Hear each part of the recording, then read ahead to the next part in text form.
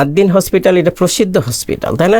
এবং এখানে যারা সেবা নেয় এরা হচ্ছে যে লো মিডল ইনকামের লোকজন। সরকার কিন্তু আদ্দিন হসপিটালে এই রোগীকে সেবা দেওয়ার জন্য আরেকটা ব্যবস্থা করেছে, আরেকটা ব্যবস্থা তো সরকার করে নাই। এবং আদ্দিন হসপিটালে যারা চাকরি করে তারাও একটা বড় পুল ওখানে চাকরি করে, তাদের পরিবারে যে ভরণ পোষণ ওখানে সরকার তো তাদের আরেকটা চাকরির ব্যবস্থা তৈরি করে তারপরে এটা বন্ধ করে নাই। তার মানে হচ্ছে যে হ্যাঁ, একটা দুর্ঘটনা ঘটছে, আমরা কোনো দুর্ঘটনা চাই না, সেটা আদ্দিন হোক, সেটা ঢাকা মেডিকেল হোক, আর সেটা স্কয়ার হোক বা ইউনাইটেড হোক, সে কোনো জায়গায় আমরা কিন্তু সেই দুর্ঘটনাটা চাই না। কিন্তু এটা যেটা দরকার ছিল এটা সরকারের এই যে শাসনের, আমি এই সরকারের কথা বলছি না, ধারাবাহিকভাবে যেভাবে আমাদের সরকার পরিচালিত হয় বা এই যে সেকালে আইন দিয়ে যে যে যে এই ধরনের একটা, এখন যে ধরেন যে 82 সালে যখন এই আইনটা করা হয়েছিল তখন আমাদের দেশে প্রাইভেট হসপিটাল ছিল হাতে গোনা, এবং সেটা সাইজটাও ছিল অনেক ছোট। কিন্তু এখন দেখা যাচ্ছে মেগা সাইজের আমাদের প্রাইভেট হসপিটালগুলো হয়ে গেছে, লক্ষ লক্ষ হয়ে গেছে, ব্যাঙ্গাসাতার মতো হয়েছে, ভালো হসপিটালও আছে। কিন্তু আদ্দিন হসপিটাল তো একটা নামকরা হসপিটাল, এবং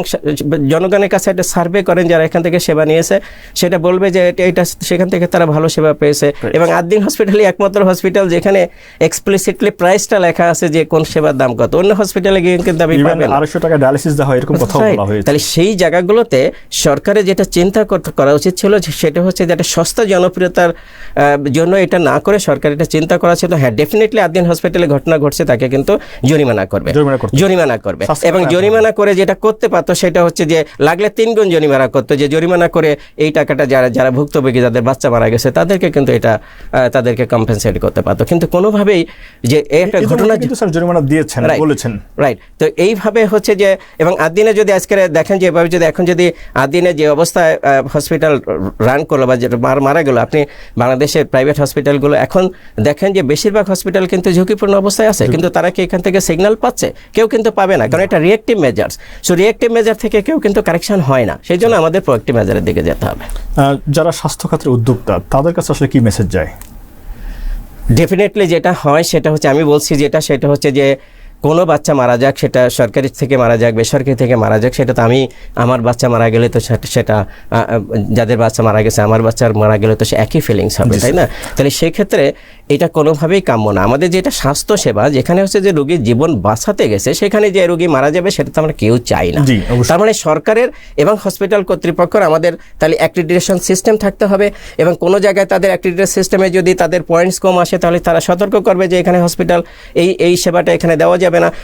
ওই সেবাটা বন্ধ হতে পারে, যে হ্যাঁ বাচ্চাদের জন্য ওই সেবাটা বন্ধ, কিন্তু টোটাল হসপিটাল বন্ধ করে দেওয়া, বাচ্চা যে ইউনিটটা ক্ষতিগ্রস্ত হয়েছে যেখানে বাচ্চারা, হ্যাঁ ওই ইউনিটটা বন্ধ করে দেওয়া যেতে পারে, যে তুমি এগুলো আবার রিবিল্ড করো, আবার ঠিকঠাক করো, তোমার ডাক্তারদের ট্রেনিং দাও, নার্সদের ট্রেনিং দাও, তারপরে তুমি এখানে সেবাটা নেবা। কিন্তু টোটাল হসপিটাল তো রোগী মারা যায়নি, অন্য ইউনিটে তো রোগী মারা যায়নি। তো এখান থেকে যেটা হয় সেটা হচ্ছে যে একটা হসপিটাল যখন ইনভেস্টমেন্ট করা হয়, প্রাইভেট করুক আর পাবলিক করুক, তাই না, সেখানে তার বিশাল ইনভেস্টমেন্টের বিষয় থাকে, এবং এটা যেহেতু একটা সার্ভিস সেক্টর, তাহলে সেটা সার্ভিস সেক্টরে যখন এই ধরনের ঘটনা ঘটে তখন কিন্তু আদ্দিনের কিন্তু এই রেপুটেশন ফিরিয়ে আনতে কিন্তু অনেক সময় লাগবে যদি তাদের আবার অনুমোদন দেওয়া হয়, তাই না?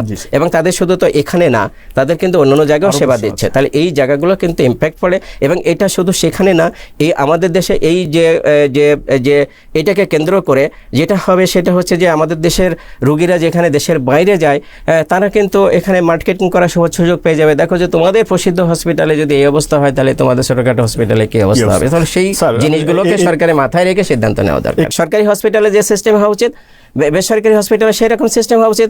আমাদের যে রাজশাহীতে যে 17টা বাচ্চা মারা গেল, তার জন্য কি ব্যবস্থা নেওয়া হয়েছে? রাজশাহী সরকারি সেটা কি সরকারি সেই হসপিটাল কি বন্ধ করে দেওয়া হয়েছে?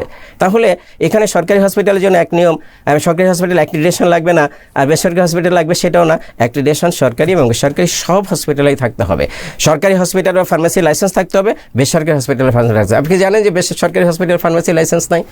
সো ফার্মেসি লাইসেন্স না থাকার কারণে ডিজিডিএস সেখানে যে তারা তদারকি করতে পারে না যে ওখানে ওষুধের কোয়ালিটি কিরকম আছে। সরকারি সিস্টেম থেকে যে ওষুধ কেনা হচ্ছে, সরকারি সিস্টেম থেকে যে ওষুধ কেনা হচ্ছে সেই ওষুধের কোয়ালিটিও ডিজিডিএস চেক করতে পারে না।